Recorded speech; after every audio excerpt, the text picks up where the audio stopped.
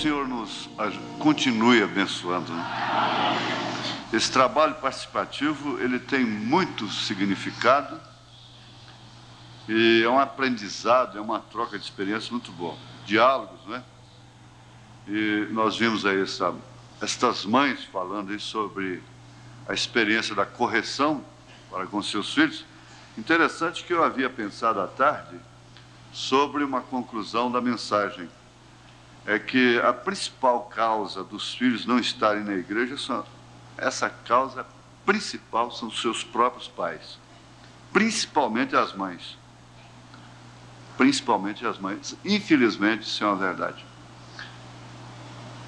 É chocante, até fere, mas infelizmente é verdade. Quando principalmente a mãe é dedicada, é espiritual, dificilmente isso falha. Muito difícil. Pode parecer por um tempo apenas, não é? E nós temos aí o caso de Rebeca. Aquilo não aconteceu por acaso. O irmão Branham teve problemas com sua família, problemas sérios, como tem até hoje. E são humanos. E nós vemos que Rebeca, pela sua mãe, ela teria entrado pelo rock, que é uma desgraça, pior coisa que veio. Eu creio, claro, que se o irmão Branham tivesse conhecido a lambada brasileira, que ele diria, bom, essa é a rapa do inferno, é a rapa do tacho, né?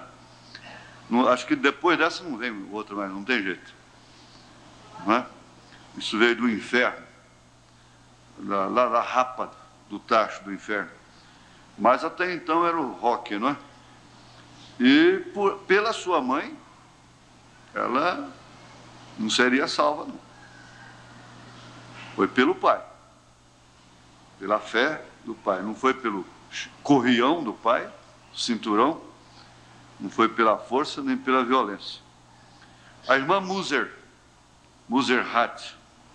E você vê na Bíblia Ana e assim por diante, o comportamento de Sara, quando Abraão foi sacrificar o filho, qual é a mãe que deixaria de boa vontade o pai sacrificar o filho único? Ah, não foi você que teve dor de parto? Aí então pula aquela mãe valente, corajosa, decidida na frente, né? Outros partem para comprar, pagar os filhos, as filhas, com um tratamento assim, sobressalente, exagerado, um bom tratamento exagerado, o que significa, parece, comprando um bom comportamento, para assim corresponderem com suas posições. Então, é uma experiência muito boa. O irmão chegou aqui e disse, bom, quando eu chegava em casa, parecia que chegava um terror. Meus filhos tinham medo de mim, eles não vinham me abraçar. E nessa troca de experiência aí, eu vibrei, fiquei muito satisfeito. Então, o culto doméstico foi ventilado hoje, e você tem que saber que o primeiro passo da queda de uma família cristã a primeira coisa é perder a graça para com o culto doméstico. Então acaba aquela liderança espiritual, o pastorado da casa acaba, e a leitura sistemática da Bíblia e as orações, a irmã Anita deu sua experiência, e outros tantos salientaram o valor do culto doméstico. Sem dúvida alguma, faltou o culto doméstico, pode saber que a coisa não vai bem na sua casa. E é onde a mãe entra de uma maneira prioritária, não é? Porque se o pai não pode, ou relaxa, tem que sair cedo demais e chega tarde demais. Então, lembra-se, se eu fosse uma mulher, eu queria estar cuidando das coisas de casa e nas horas vagas, criando meus filhos no caminho do Senhor. E de manhã, tivemos uma nota muito importante do profeta quando aquela irmã fez uma pergunta parecendo tão inocente. Eu entendo que ela quis perguntar sobre aqueles bobs. Ele falou sobre prendedor de roupa no cabelo, aquela coisa. Ele entendeu muito pouco e a pergunta pareceu muito simples, muito ingênua. E ela perguntou sobre mangas de vestidos, mas ele começou a resposta dizendo: isso significa muito para esta irmã. E aí tivemos uma grande mensagem. E depois vimos que Elias restaurou aquela velhinha de 90 anos, quando ele encontrou aquela jovem linda, formosa lá em cima. Ela tinha sido uma velhinha de 90 anos aqui, guiada ao Senhor através de Elias. E quem vai nos apresentar a Cristo é Ele, não sou eu. É Ele quem vai nos apresentar a Cristo. Se você vive a palavra, a mensagem que você tem, que você recebe do profeta, ninguém vai te impedir de entrar lá. Ele vai responder por ela, não é? Mas acontece que nós só pensamos no terreno, na coisa terrena. Não avaliamos o que realmente é feito para o celestial, para o eterno, não é? E quando ele conduziu aquela velhinha a Cristo, naturalmente, ela saiu d'água com muita dificuldade, carregada, naturalmente, e com muita dificuldade. Não houve nenhuma restauração física ali, mas ela estava restaurada espiritualmente, celestialmente falando. Então Elias restaurará todas as coisas, pela palavra falada. Aos Efésios capítulo 10, você já lembra logo da armadura de Deus, não é? Capítulo 6, a partir do verso 10. No demais, irmãos meus, fortalecei-vos no Senhor e na força do seu poder. Revesti-vos de toda a armadura de Deus, para que possais estar firmes contra as astutas ciladas do diabo. Porque não temos que lutar contra a carne e o sangue, mas sim contra os principados, contra as potestades, contra os príncipes das trevas deste século, contra as hostes espirituais da maldade nos lugares celestiais. Maravilhoso Pai, de compaixão, de misericórdia, quão benigno Tu és, quão longânimo, e a Tua benignidade dura para sempre. Nós queremos ratificar a nossa confiança no Senhor, ratificar, confessar mais uma vez, confirmar que nós cremos em Ti. Nós reconhecemos a nossa indignidade, mas pela Tua graça nós estamos aqui. Dá que essa tarde, passando por esta noite, possa ser um marco na vida de cada um. Possa haver uma cura de uma enfermidade crônica que tem atribulado muito uma vida a qual o Senhor ama. Possa ser um dia marcante na vida de cada um de nós. Nós pedimos pela Tua graça e pelo Teu amor, e nos confiamos e nos encomendamos a Ti, em nome de Jesus Cristo, lembrando do sangue lá no Calvário. Amém. Amém. Assentai-vos, pois.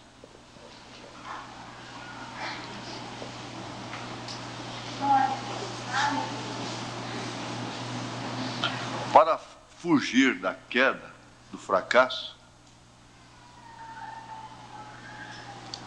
em um determinado sentido, vale aquela frase,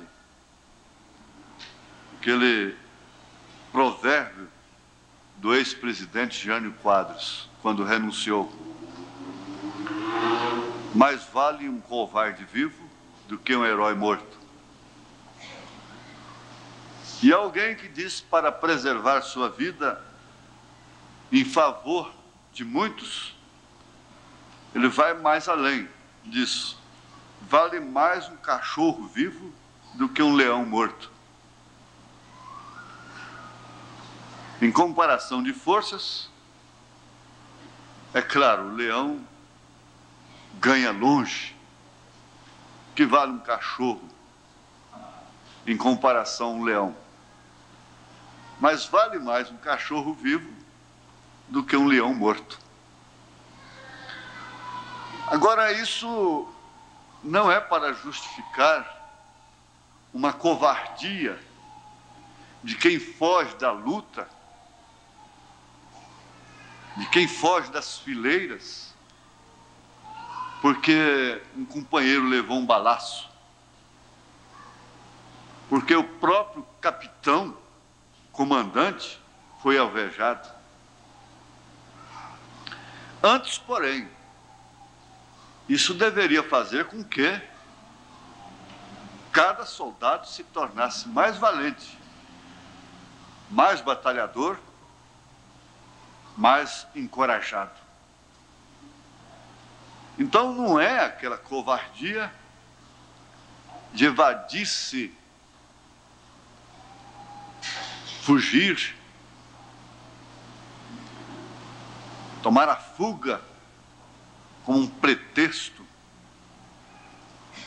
e se afastar do seu posto de dever. Não. Há uma diferença muito grande. Davi fugiu. E o próprio Senhor Jesus Cristo, isto quer dizer, Davi era um tipo de Cristo. E o próprio Senhor Jesus Cristo tentou evadir-se, a parte humana, o homem em si. E ele disse: se possível, passa de mim este cálice. Todavia não se faça a minha, mas sim a tua vontade. Ajudando um caso aí, em outro estado, por telefone, eu disse para o obreiro: vai e diga para aquele povo, para aquela igreja, que nesta era nós não temos arena, nós não temos pessoas pichadas, envolvidas no piche, no petróleo bruto, negro, e queimando os pouquinhos para iluminar a arena, como um pavio humano. Nós não temos moças sendo violentadas antes de serem jogadas nas arenas para os leões, as novilhas selvagens, estraçalhá-las. Nós não temos rapazes sendo humilhados, ultrajados em sua honra, antes de serem jogados também na fogueira. Nós não temos mães gestantes sendo abertas,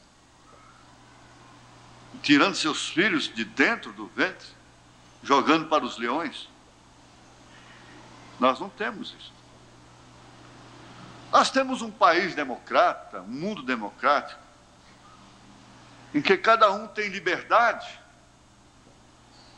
A Laodiceia é liberdade. Laodiceia quer dizer mulher.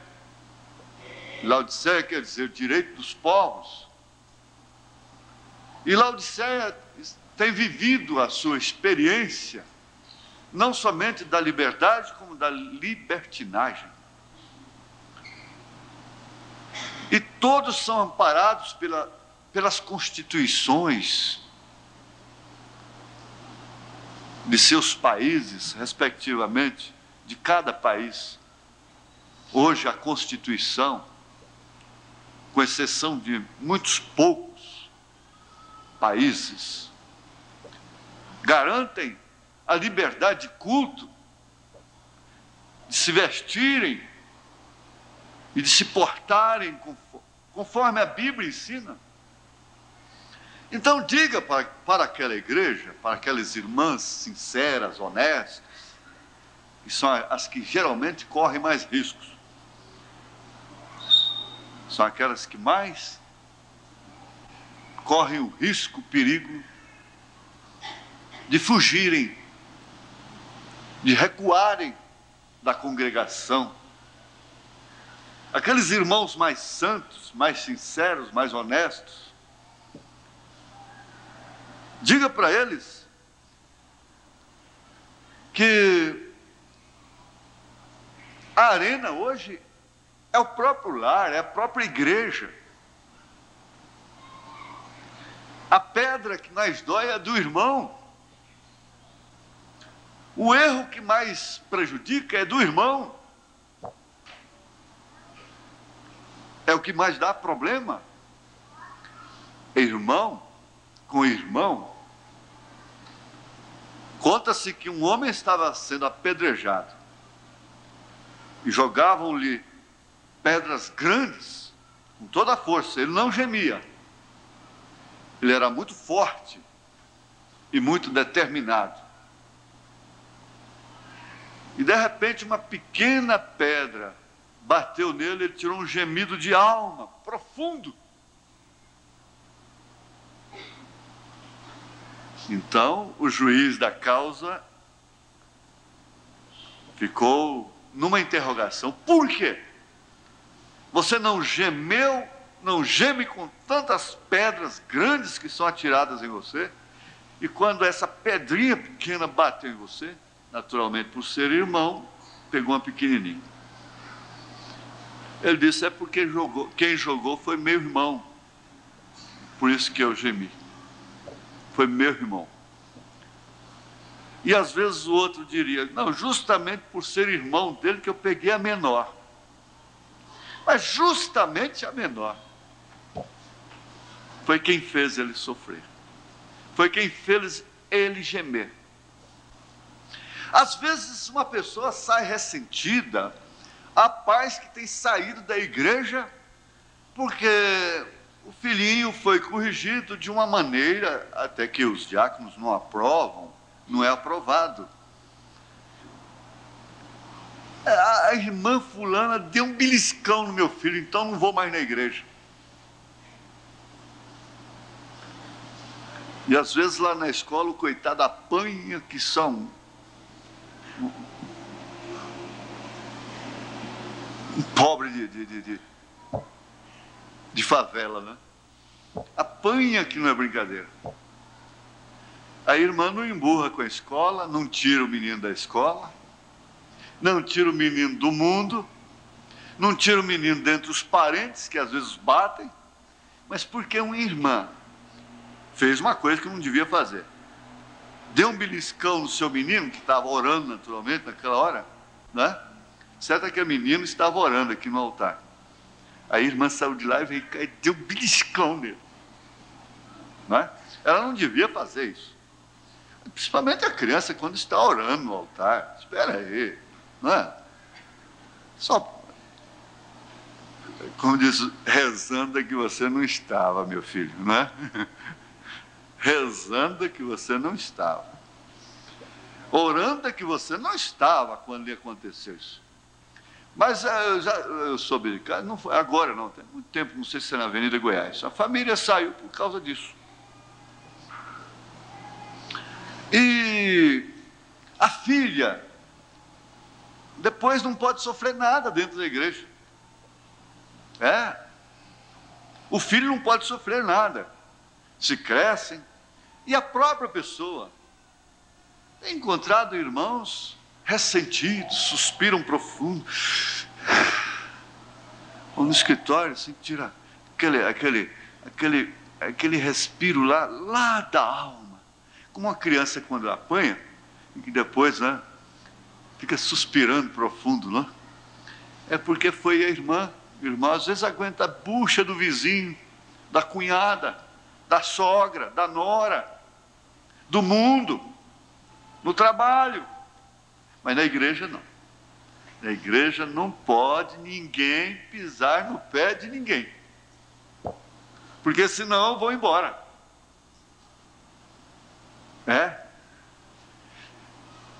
Não é assim, não é dessa forma. Eu creio que eu não estou falando a ninguém que esteja aqui ferido. Hoje nós falamos sobre a pereba na perna, que a galinha vai com o bico bem nela. Quando a gente era criança, tinha muita pereba. Um diz que é falta de vitamina, outro diz que era sífilis, que era demais, não é? E assim por diante. Eu sei que seja vitamina, carência de vitamina ou sífilis, seja o que for, não é? E chupar a manga demais e fruta quente, não é? E punha aquilo para fora, seja o que for. Eu sei que o negócio era difícil quando a galinha bicava ali. Só bicava ali. Então a mensagem só bate ali. Toda pregação só bate ali. Todo olhar só bate ali. A ilusão de ótica, onde há uma multidão, confunde muito as pessoas. A pessoa não está olhando para você. Está olhando na sua direção, mas você pensa que está olhando para você, porque é questão da ilusão de ótica. Quando tem muita gente, se você está sozinho, então você olha para trás, olha para ele. Sou eu mesmo, não é? Mas existe a ilusão de ótica. Isso é uma coisa natural. Então, bom, ela está olhando para mim. Ela está olhando para mim e está me desprezando, e olhou para mim e fez bico. Às vezes a irmã secou os lábios, fez assim, olhando para o outro lado, não é? Então, essas coisas vão acontecendo assim, de uma forma natural. E vão infiltrando nos sentimentos, nos sentidos das pessoas, e vão se enraizando, e nós vamos ficando assim, pessoas melindrosas, complexadas, tendentes a uma queda, a um afastamento. Nós ficamos assim, como uma coisa leve, que o vento bate para cá, vai para cá. O vento bate para lá, vai para lá. Não. Nós vamos adquirir uma posição firme. Nós não vamos nos afastar dela até que Deus nos mova dali. Deus nos mova dali. Agora, eu estava pensando sobre competição. Paulo está falando aqui sobre luta. A competição é uma luta. Está medindo forças, não é? Porque não temos que lutar contra a carne e o sangue, mas sim contra os principados, contra as potestades, contra os príncipes das trevas deste século, contra as hostes espirituais da maldade. Aonde? Nos cabarés, nos motéis, nos parques de diversões. Aonde? Nos lugares celestiais. Jó recebeu a sua acusação, foi na reunião dos santos. Você não pode duvidar de que o inimigo está aqui. Ele estava na ceia de Jesus Cristo. Tanto que quando Jesus deu o bocado para Judas, o diabo entrou nele. Preste bem atenção e cuide disto. Quando você está num culto, quando você está numa ceia, e você dá lugar a uma raiz de amargura, a qualquer espírito errado, o diabo entra em você.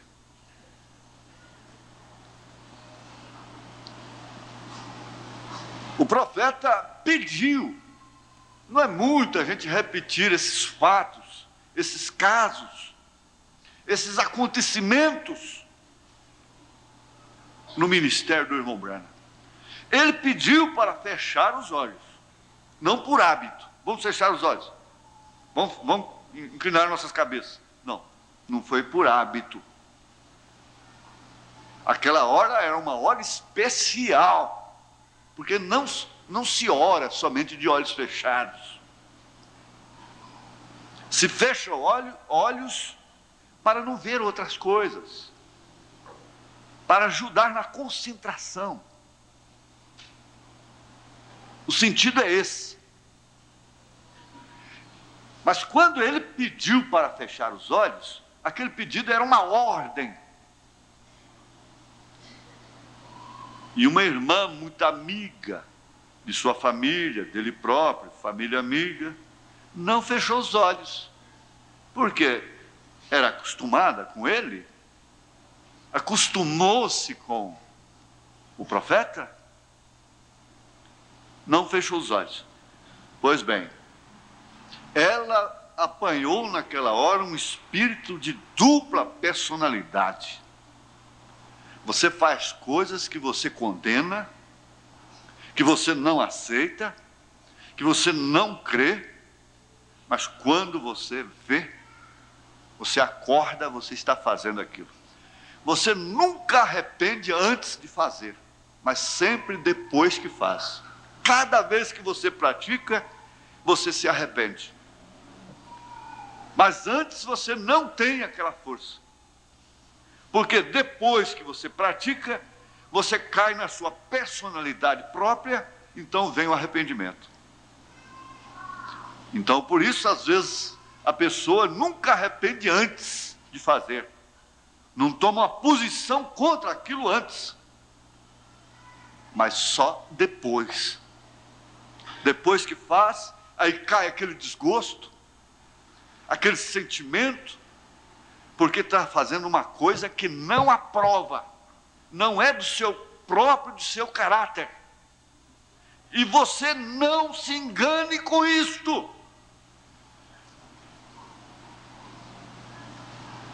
Eva era mais pura e mais santa do que qualquer mulher que existe no mundo hoje. E ela foi.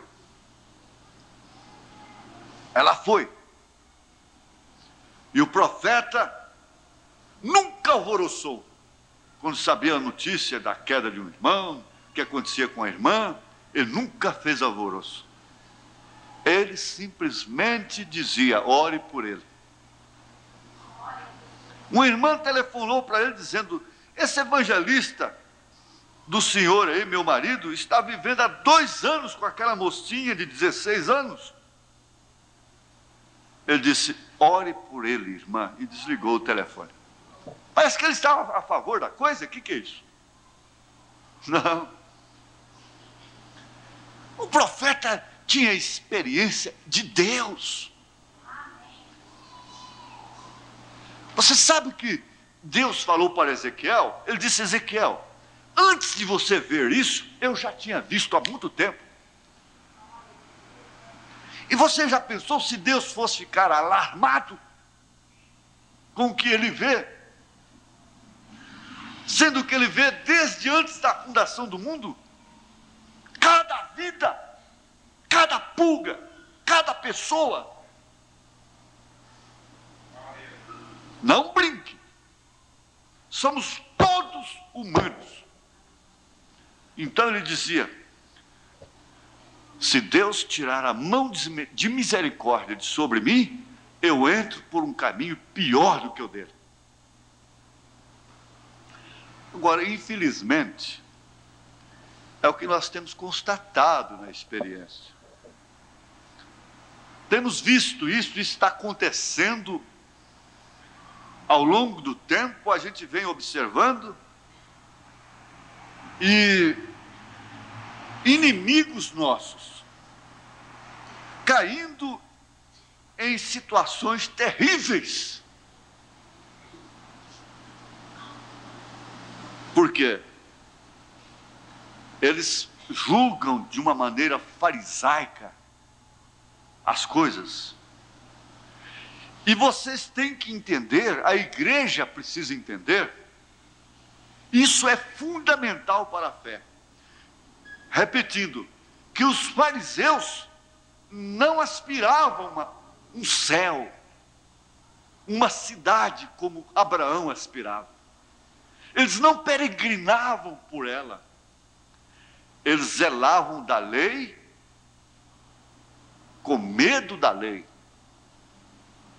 Eles fugiam da punição da lei.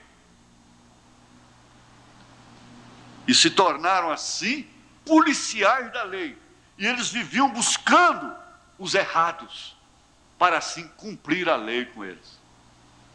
É isso que eles faziam. Completamente ao contrário da graça, daquilo que Jesus fez. E foi exatamente o que mais irritou os fariseus. Foi o choque do dia. Deus pode chocar. Ele chocou com sua própria lei. Havia fogo estranho. Não era apenas uma luz. Fogo estranho.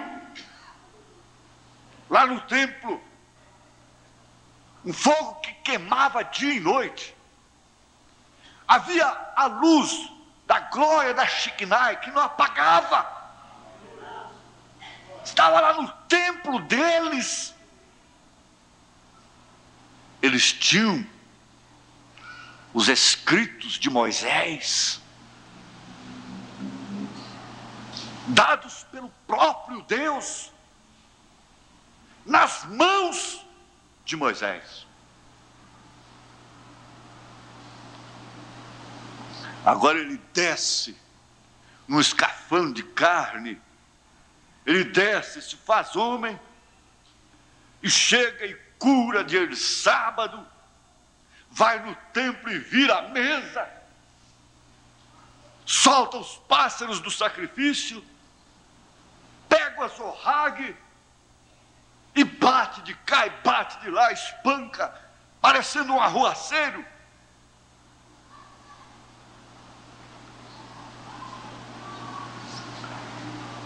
Fixem nisto. Nós todos somos iguais. Somos humanos. E estamos numa jornada. Estamos numa luta. Estamos na mesma guerra. Não despreze essa irmã. Não despreze esse irmão. Porque você também tem família. Você também tem filhas. Você também tem filhos. E isso é apenas uma questão de tempo. Nós estamos na mesma competição. Agora, se não damos as mãos, nós ficamos dentro daquela interrogação que o irmão Brana faz. Que tipo de família é esta? Com o pai puxando para um lado e a mãe puxando para o outro. E alguém usou essa expressão, dizendo assim, para um irmão, para um outro companheiro, dizendo: bom, lá é o seguinte, a sua mulher, a sua esposa, está com seus filhos na ponta da corda, numa das pontas da corda, e você está na outra ponta. Uns puxando para um lado, e você puxando, resistindo para o outro. Aí eu me lembrei disso aqui. O irmão Brana disse, na mensagem à competição, de demonologia, ele diz: hostes espirituais da maldade nos lugares celestiais. Não pode haver um lugar mais celestial, preste bem atenção, do que o lar. Não pode haver um lugar mais celestial do que a igreja. Não pode haver um lugar mais celestial do que o ventre. Não pode haver um lugar mais celestial do que o coração, do que o corpo. Não sabeis vós que sois templo de Deus, templo do Espírito Santo, casa de Deus. Portanto, lugares celestial, hostes espirituais da maldade nos lugares celestiais. Eu gostaria de tirar daquilo uns poucos 10 ou 15 minutos de contexto, ou texto, ou melhor, eu quero chamar isto de a competição. A competição é uma prova de força. E nós, onde temos a prova de força, nós costumávamos ter, o índio usava fazer uma fogueira, e eles colocariam tantos homens neste final da corda, e tantos neste final, isto quer dizer, tantos homens, tantos índios numa ponta da corda, e tantos índios na outra ponta. O cabo de guerra, a competição de força, puxaria o grupo que estava perdendo sobre o fogo. Quem tivesse menos força, caía no fogo, na fogueira. E agora sabemos que há muitas coisas, e poderíamos basear nisto por uns poucos minutos, sobre a competição.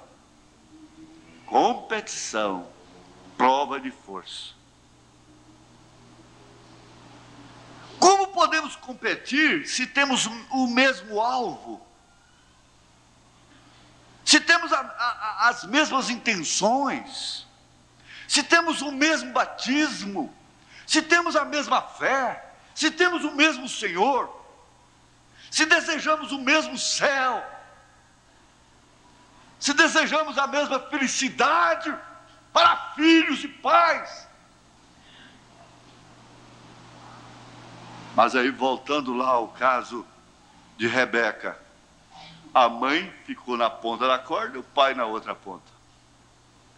Graças a Deus que o pai teve mais força.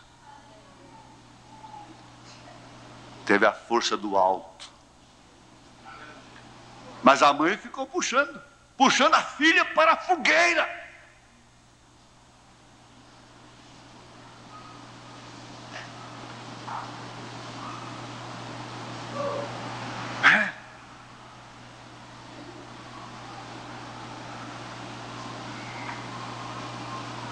E ao competirmos, nós ferimos corações. Toda ferida que o homem, o ser humano recebe, é no coração. Você não consegue alvejar uma pessoa, você não consegue magoá-la sem afetar o seu coração.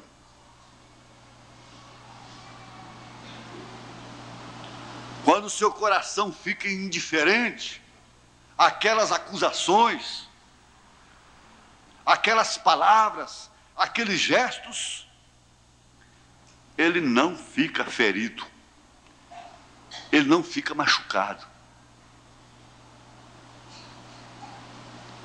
Mas como você poderia ferir um coração que tem Jesus? Você estaria ferindo ao Senhor Jesus Cristo. Se aquele marido tem Jesus no seu coração, aquela mulher está traspassando a Cristo, ferindo a Jesus, traindo-o, lutando contra. Saulo, Saulo, por que me persegues? Quem és tu? Senhor, eu sou Jesus a quem tu persegues. Estás perseguindo a Cristo quando estás perseguindo um irmão, uma irmã, um esposo, a esposa, a filha, perseguindo o pai, matando a mãe. O filho sangrando o coração do pai, sangrando o coração da mãe, dizendo eu te amo. E se alguém lhe fizer um buraquinho nesse pai com um alfinete, esse filho vai lá e mata. No entanto, ele mesmo está traspassando o seu coração que tem Jesus lá dentro, que tem o tesouro lá dentro. Eu tenho um tesouro dentro de mim. E ninguém pode afetar esse tesouro sem me afetar. Ninguém pode me afetar sem afetar esse tesouro. Eu me lembro de que a perseguição estava muito forte pelo lado das denominações contra esse ministério, contra mim. E o reverendo saudosa memória, fui no seu sepultamento, era amigo da irmã Anita. Esteve lá falando de suas intenções a meu respeito. A irmã Anita disse para ele: reverendo, aquele homem está nas mãos de Deus. E o senhor não pode feri-lo sem ferir a mão de Deus. O senhor vai ter que traspassar a mão de Deus para poder feri-lo.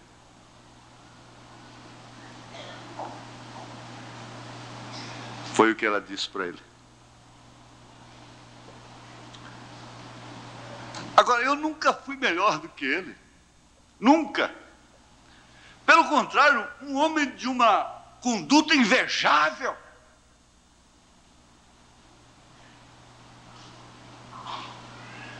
Você tem que entender que você não é melhor do que ninguém.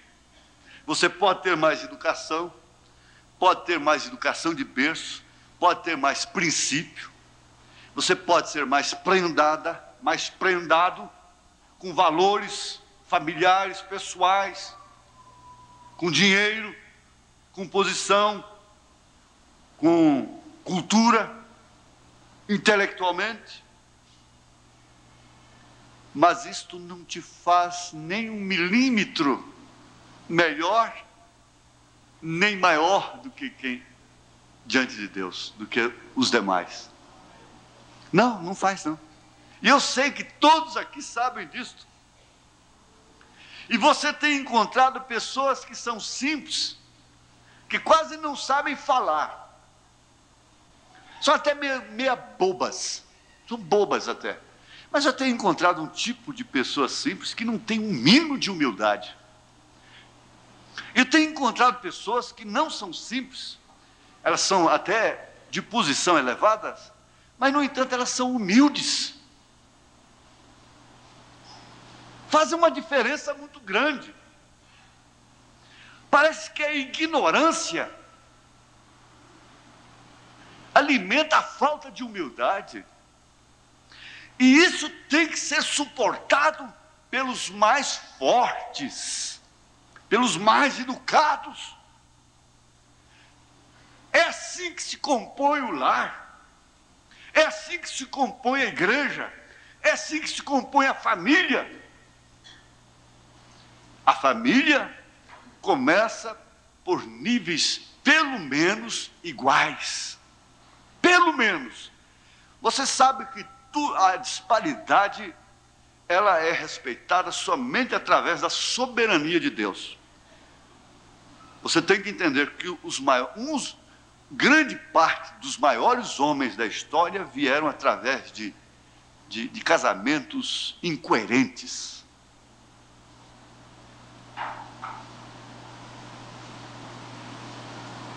Na Bíblia, você vê os grandes homens vieram de mulheres que tinham circunstâncias estéreis, coisas difíceis. Vocês já pensaram na origem de Salomão? Então, essa soberania, mas existe essa lei que eles estão estudando aí da disparidade, até a disparidade intelectual. Se o homem estuda muito e forma, e sua mulher fica para trás, logo ela está inconveniente em sua vida, ela está antissocial para ele. Então, se a mulher não para brincar, para ninguém rir, mas lembrar do caso da plantação de mamão. A moça doutora casando com um fazendeiro, indouto, só porque era fazendeiro, tinha dinheiro, que ela não se casaria com ele por outra coisa. Assentados na área, diante da lavoura de mamão, o céu nublado fechou, ela disse: a atmosfera está carregada. Ele disse: nós vamos colher bastante mamãos. Ele não sabia o que era atmosfera. Ele não sabia o que significava isto. Olha, que casamento mais desajeitado, não é? Que disparidade. Só mesmo por Deus. Só mesmo pela soberania. Agora, essa disparidade de níveis existem no nosso meio. Existe. E você fica satisfeita, você fica feliz de ver irmãozinhos, irmãzinhas de uma simplicidade tão grande no nosso meio, lavando seus pés, você lavando os pés dela. Ele lavando seus pés, você lavando os pés dele. Você se sente honrado. A gente se sente honrado em ter os pés lavados por uma pessoa tão simples, que não sabe ler, não sabe escrever, e que é o irmãozinho fulano da igreja, e que às vezes até é caso de riso, mas aquele riso bom, num bom sentido. A Maria Abadia. Marinha, está dormindo? Não sorri. Você. Ajuda, irmã, ajuda. Ajuda. Marinha. Aqui, ó, Marinha. Por favor.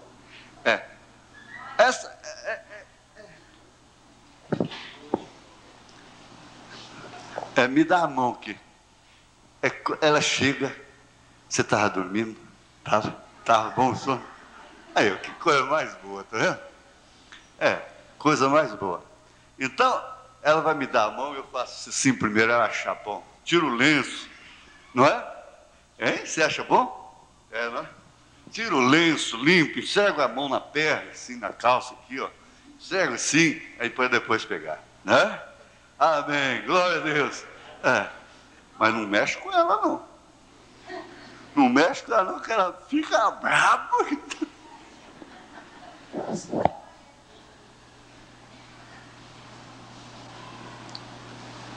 Essa igreja é dela. Você já pensou uma moça dessa, formada em medicina, e lavar os pés dessa irmãzinha? Que honra para você! E ela lavar os seus pés e sorrindo, alegre. Deus escondido e revelado em simplicidade, porque ninguém mais sabe do que Deus.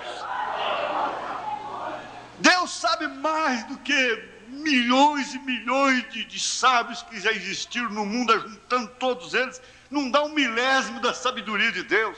No entanto, ele desce e lava os pés de pecadores, come com pecadores, cura pecadores, abraça pecadores, entra no pecador, entra no coração.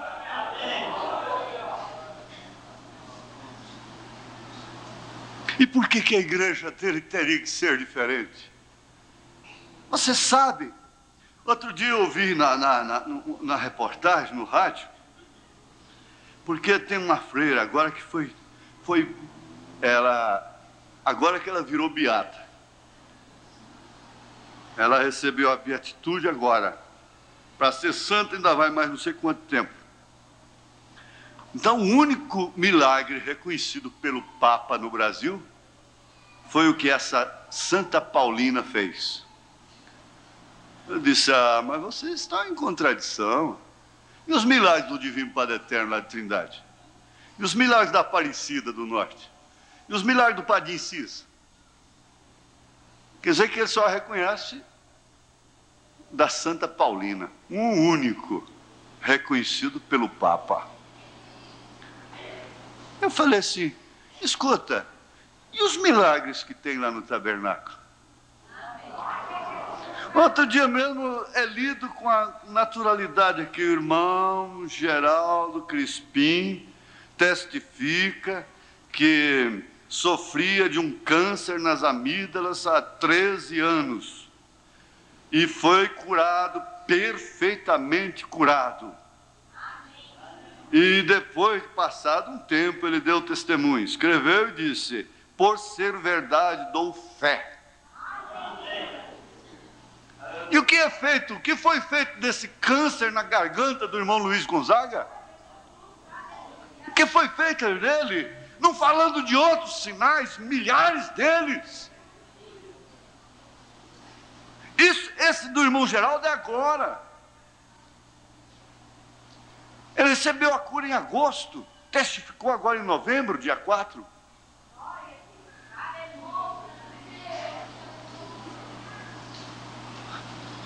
E esse versículo que diz Jesus Cristo é o mesmo ontem, hoje, eternamente.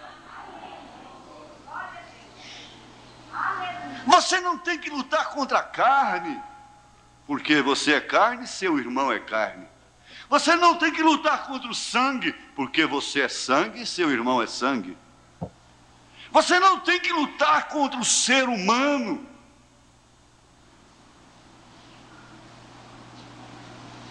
Você resiste ao diabo nos lugares celestiais.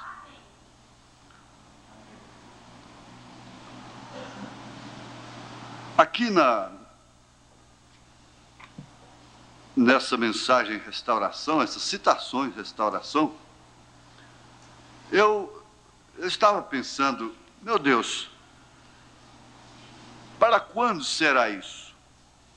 Será que isto seria um espetáculo público?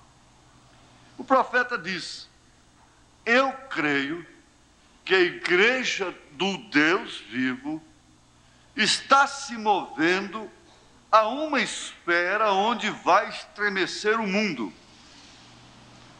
A unção cairá sobre a igreja e ela se porá em pé, como um grande exército em marcha.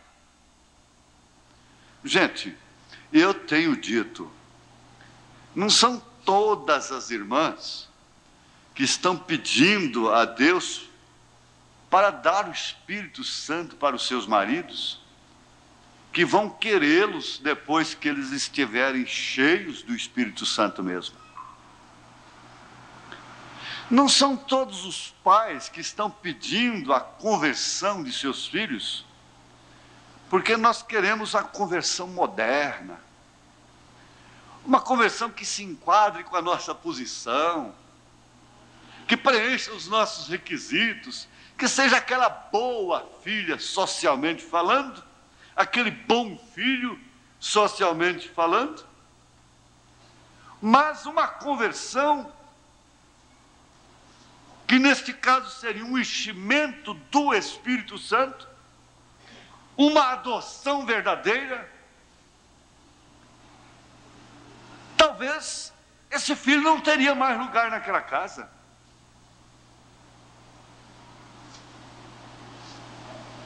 É possível. Porque nós estamos simplesmente suportando uma situação.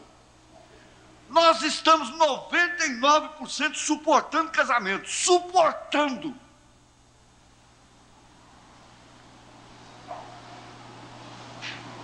Nós estamos suportando a vida de um modo geral.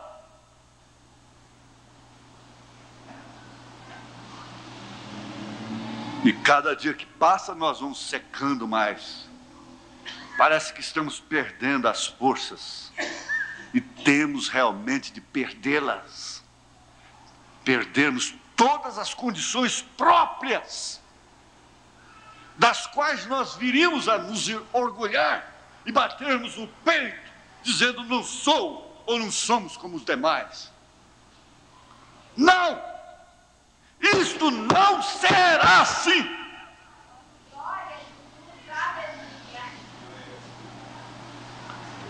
Isso vem na hora triste, fracassada de Sansão. Isso vem na hora seca de Abraão. Isso vem no exílio de Davi.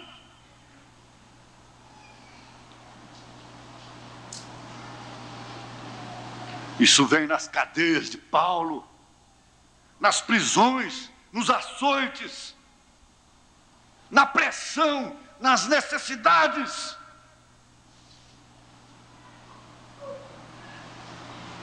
Nós podemos vestir como bem desejamos, nós podemos comer o que queremos, nós podemos ter 1, 2, 3, 4 carros, 5, e às vezes ainda não estamos satisfeitos, estamos murmurando.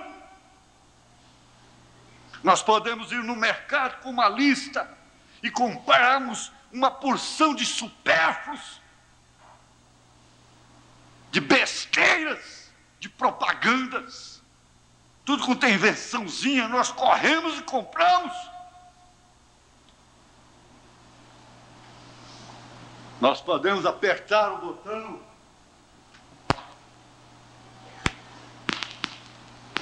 apagarmos e acendermos as lâmpadas, as luzes. Nós podemos pegar o telefone e conversarmos 1 hora, 2. Nós podemos ligar um televisor e sabermos o que está acontecendo do outro lado do mundo, lá com o Japão, lá com os Estados Unidos, com a União Soviética.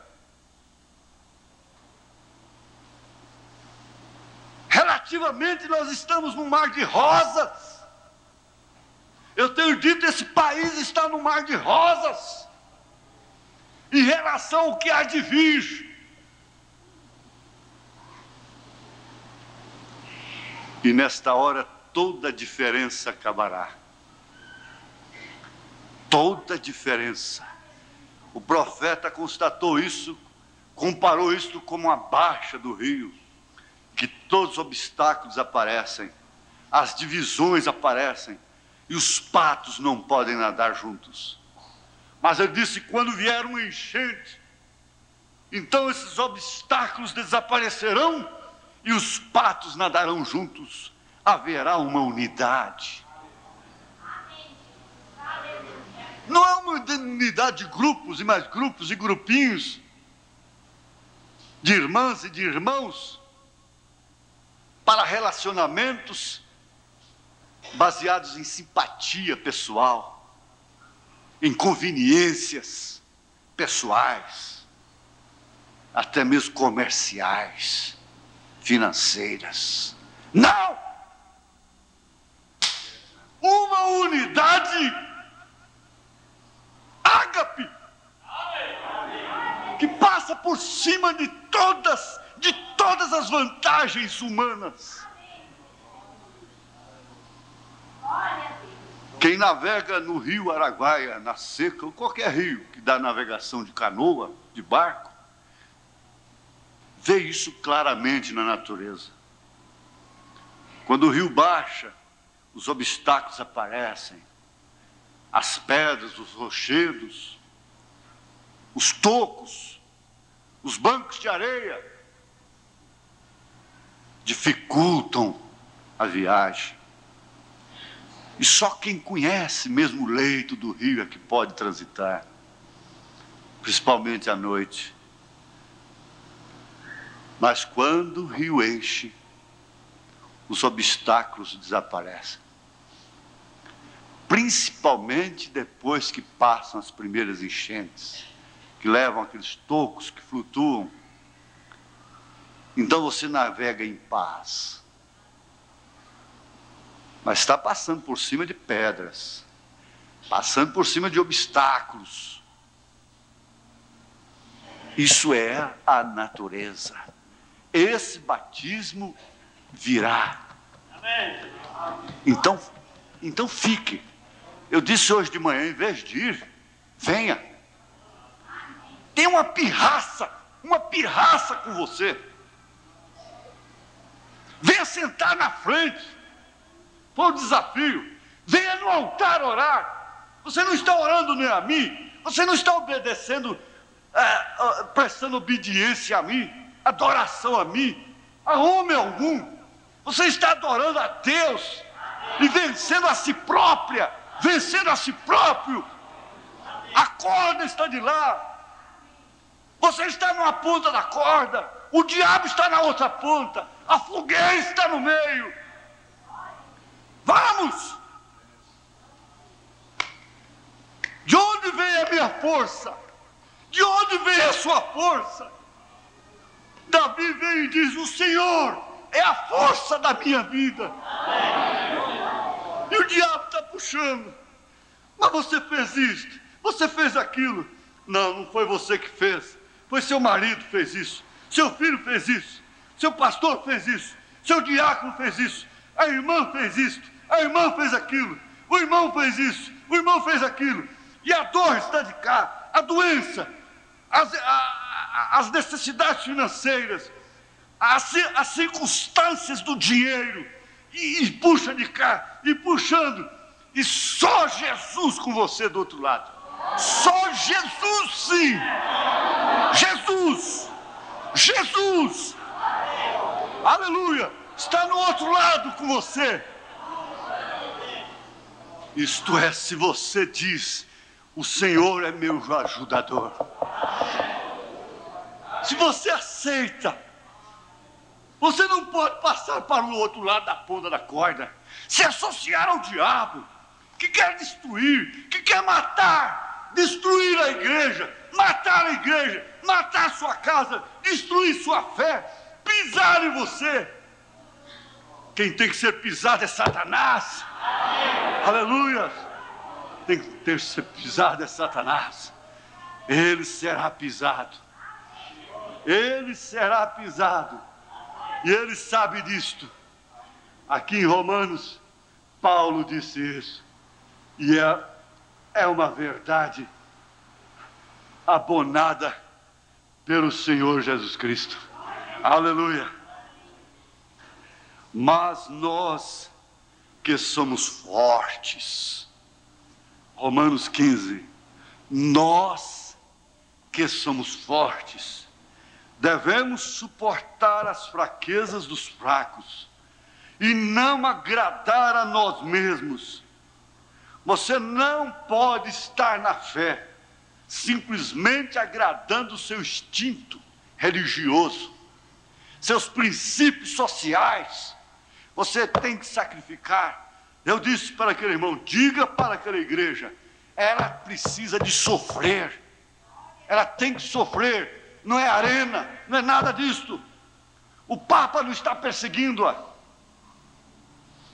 a lei a ampara, e se ela não pode sofrer os fracos, o que é ela então?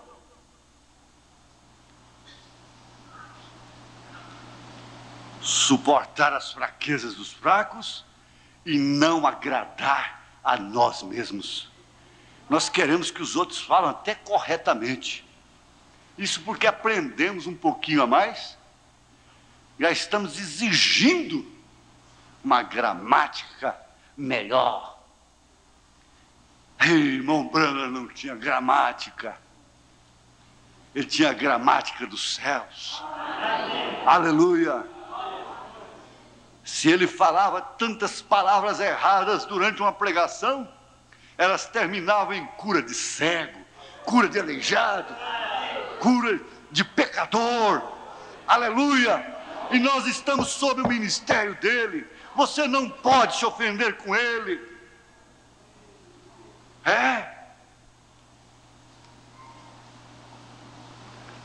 E o Deus de paz, os Romanos 16, verso 20, e o Deus de paz esmagará em breve Satanás debaixo dos vossos pés.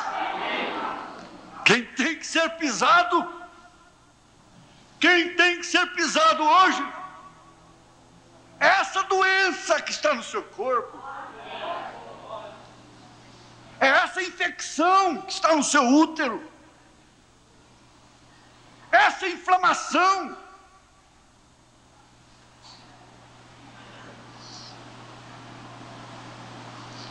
Essa sinusite é que tem que ser pisada. Essa sinusite crônica que tem que ser pisada, massacrada, expulsa pelo poder de Deus. Jesus está do outro lado da corda. Do outro lado da corda não tem murmuração, não tem queixa, não tem malícia, não tem insatisfação. Do outro lado da corda tem Isaías 53. Ele verdadeiramente tomou sobre si as nossas enfermidades, carregou sobre si as nossas dores.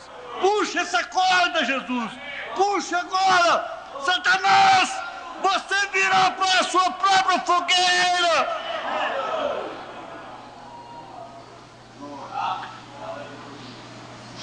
Você tem o direito à cura divina.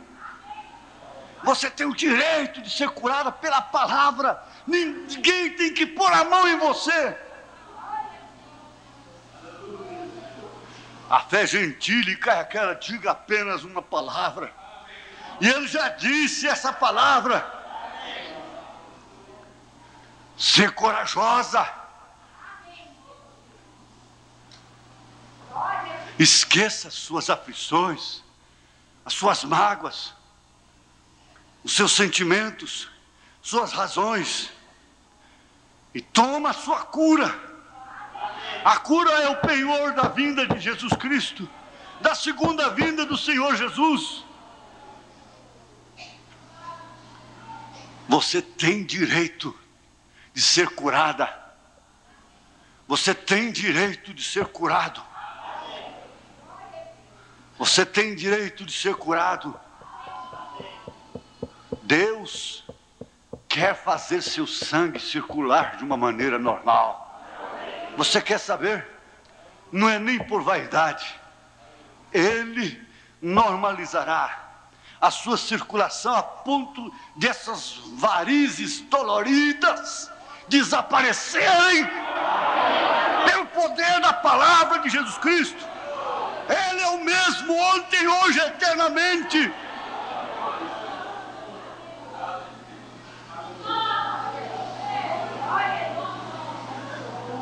Ele pode perfeitamente desobstruir as veias entupidas.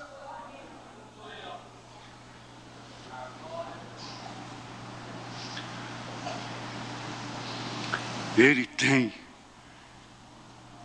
tem poder para curar os tímpanos, para desfazer a dor de cabeça, essa dor de cabeça inexplicável, que te leva a tomar remédio analgésico todos os dias.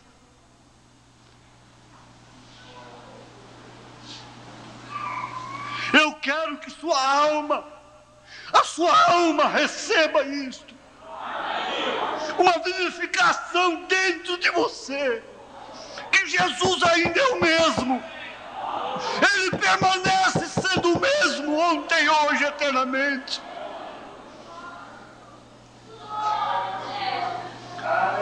Ele tem o mesmo poder.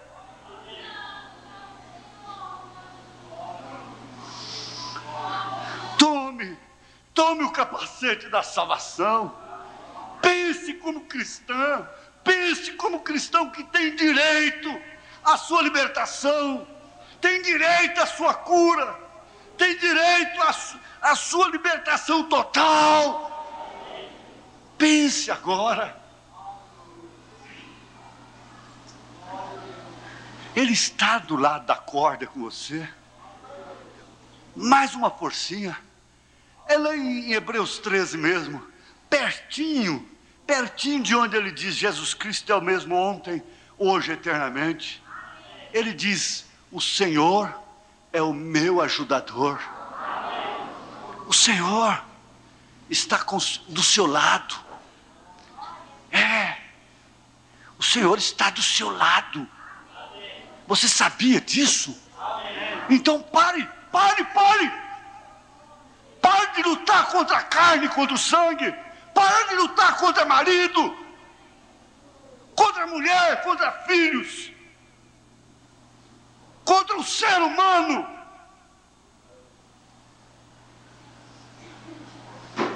Deixe as armas caírem, as armas da razão, dos sentidos,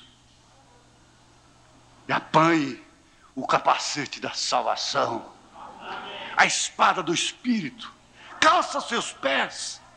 Você está calçada. Você já andou por lugares áridos, por pedras. Você já tem atravessado o deserto, deserto assolador. Vamos, você é Caleb e ele é Josué. Suba no monte e diga: vamos, gente, vamos, a terra é boa. Não é o que nós somos, é o que ele é. Vamos, é simplesmente uma vontade de ir, é simplesmente uma coragem.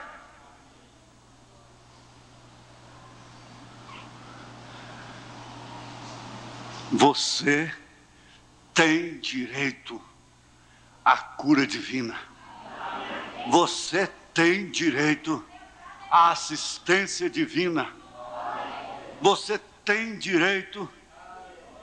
Você está com a consulta paga e com o medicamento pago, com esse médico, Senhor, doutoríssimo, Jesus Cristo, o mesmo ontem, hoje, eternamente.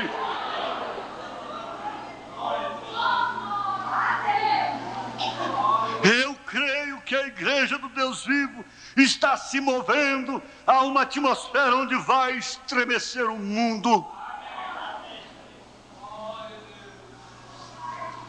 Eu creio que ela ficará tão imbuída com o Espírito Santo que apanhará a sua espingarda e estourará aquela tela.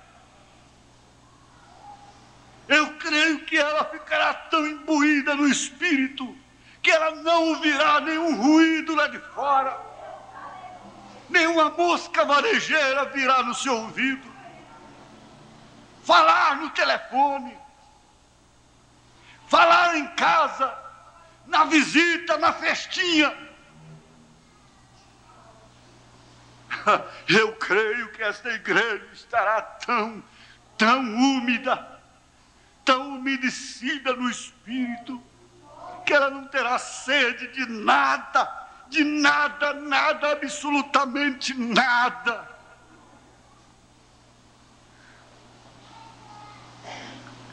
Ela estará tão ocupada no Espírito que ela não perceberá o que está acontecendo lá fora.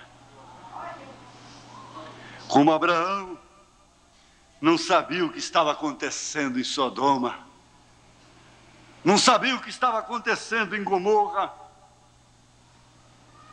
Essa noiva, essa esposa, essa igreja do Deus vivo deixará de tomar conhecimento do que o diabo está fazendo. Noticiário é somente o que o diabo está fazendo. Não tem um diário dizendo: Jesus Cristo curou. Jesus Cristo, não tem um jornal nacional que diz o que Jesus Cristo está fazendo. Só diz o que o diabo está fazendo. É o trem que chocou, as notícias são as mesmas. É o trem que bateu, é o sequestro, é a criança que foi assassinada, é a bala perdida, é o estupro, é o roubo, é o acidente de avião, tantos mortos na guerra, assassinatos, fugas de presos, cadeias cheias, AIDS, cólera, hospitais, gente morrendo. Esse é o noticiário, esse é o jornal brasileiro, Esse é o jornal mundial. Mas e o jornal do céu? E o jornal celestial?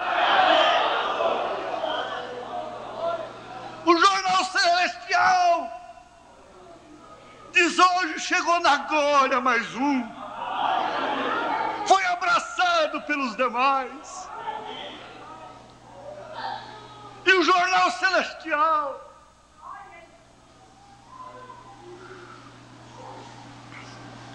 está contando que você veio hoje no culto, que você estava aqui dando glórias a Deus, que você estava aqui crendo em Jesus Cristo, crendo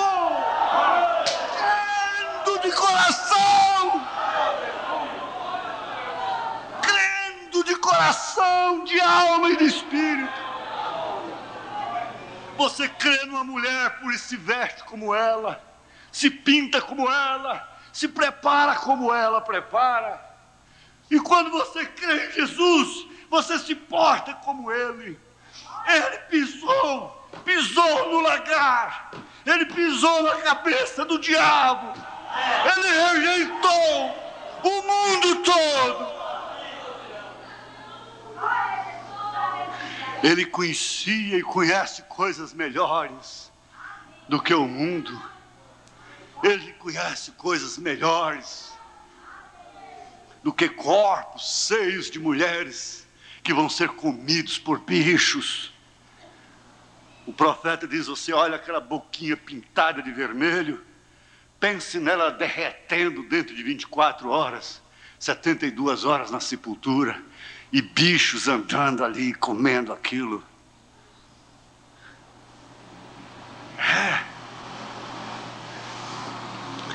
Se arme com este pensamento, que você é filha de Abraão, que você é filho de Abraão, e não importa se você tem andado encurvada, se essa igreja tem andado encurvada, mas ela continua sendo filha de Abraão.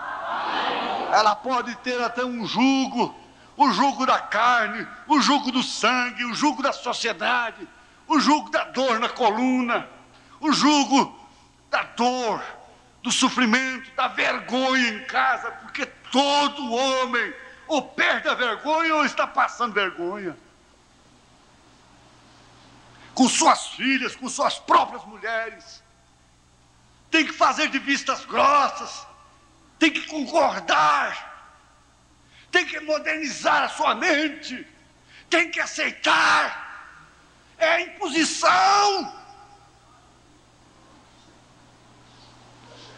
E se alguns deles ficam meio rebeldes, eles ficam assim, sendo olhados de lado.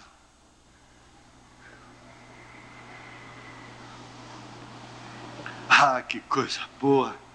Que coisa boa é pregar esse evangelho. Que coisa boa é pregar esse Jesus Cristo, mesmo ontem, hoje, eternamente. Que coisa boa é saber que vocês têm direito às beneficências. Se Maria Madalena teve, por que que você não tem? Se um ladrão crucificado teve, por que que você não tem? Tem sim!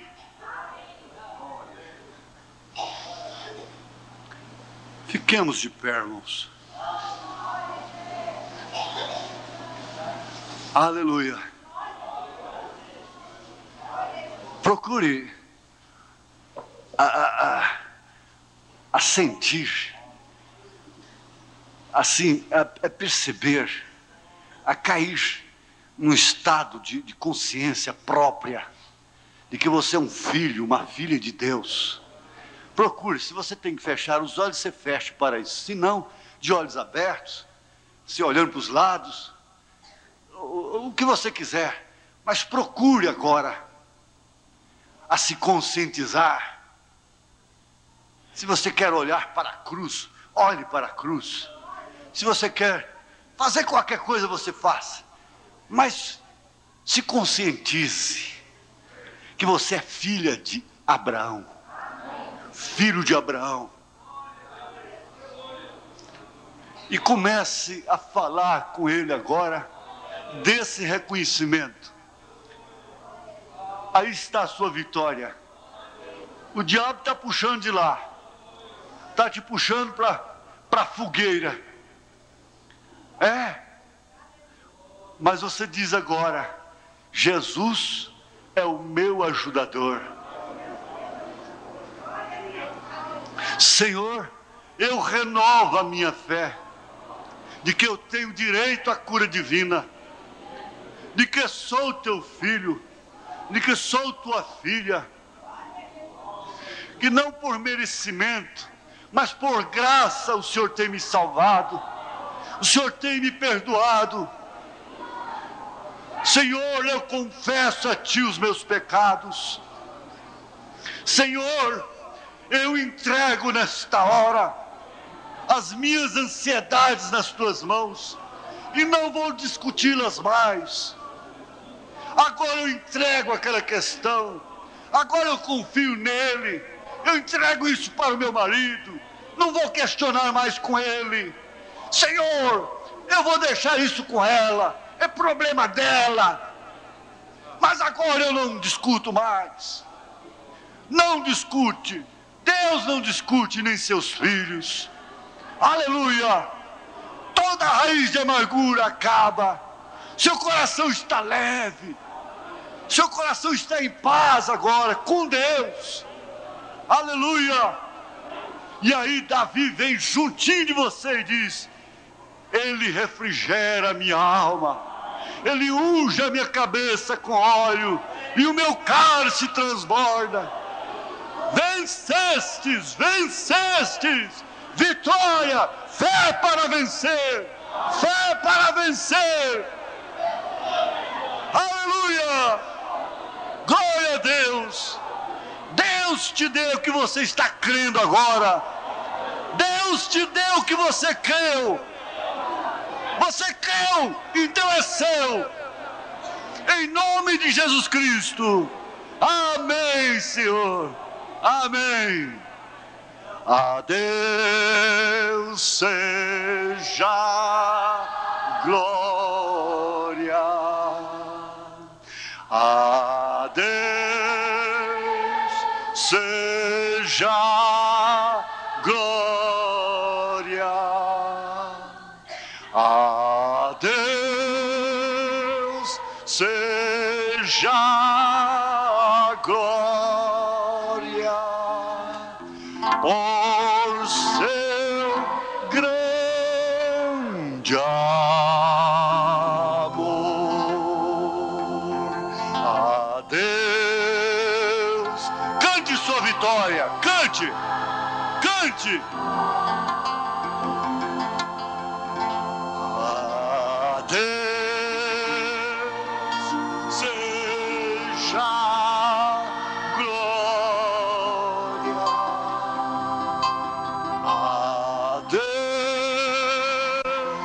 seja glória por seu grande amor. A Deus.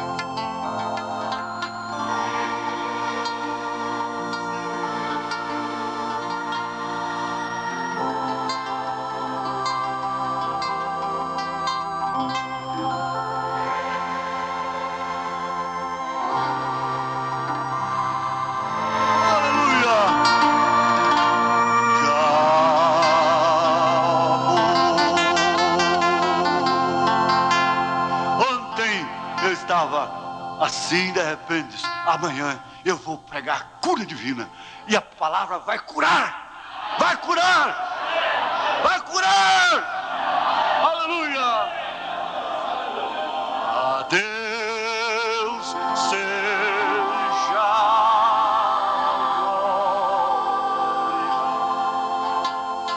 a Deus seja glória. Quer abraçar alguém? Abraça cantando.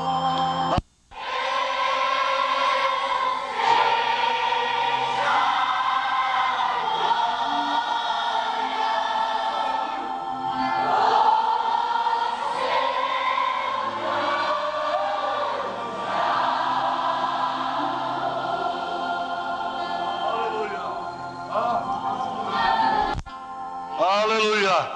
Ele está aqui sendo movido pelo Espírito, curado em nome de Jesus Cristo, de uma meningite, não é assim? É, mais ou menos isso.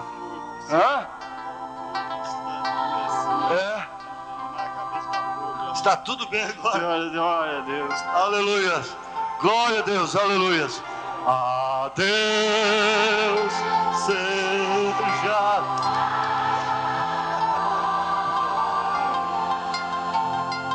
A Deus seja. Escuta, passa pro lado de cá da corda, não fica de lá não. Deus seja glória por seu grande amor. Ela será o exército invencível. Repete isso aqui para nós. Ela será o exército invencível. Fala com força. Ela será o exército em si. Ela será um exército invencível. Fala com força. Ela será o exército invencível. Aleluia. Fala com força. Ela será um exército invencível. Ela será Um exército invencível. invencível. Amém. Glória a Deus. Diz aqui, irmã. Diz aqui. Diz aqui. Ela será um exército invencível. Ela será o universo invencível. Isso, glória a Deus. Deus sabe o que é. Aleluia. Vem cá você. Vem cá. Aleluia. Ela será um exército invencível. Ela será um exército invencível. O irmão Branham disse que isso é assim, diz o Senhor. Aleluia. Diga aqui, irmão Pedro. Irmão Pedro, vem cá. Ela será um exército invencível. Ela será o exército invencível. Amém. Glória a Deus. Amém. Aleluia. Ela será um exército invencível. Assim diz o Senhor. Amém. Glória a Deus. Glória a Jesus. Amém. Abençoe um ao outro com bastante alma, bastante espírito. Glória a Deus. Glorifica a Deus. Aleluia. Aleluia. Deus te abençoe. Deus te abençoe. Deus te abençoe. Aleluia. Deus te abençoe. Deus te abençoe. Aleluia. Aleluia. Deus te abençoe.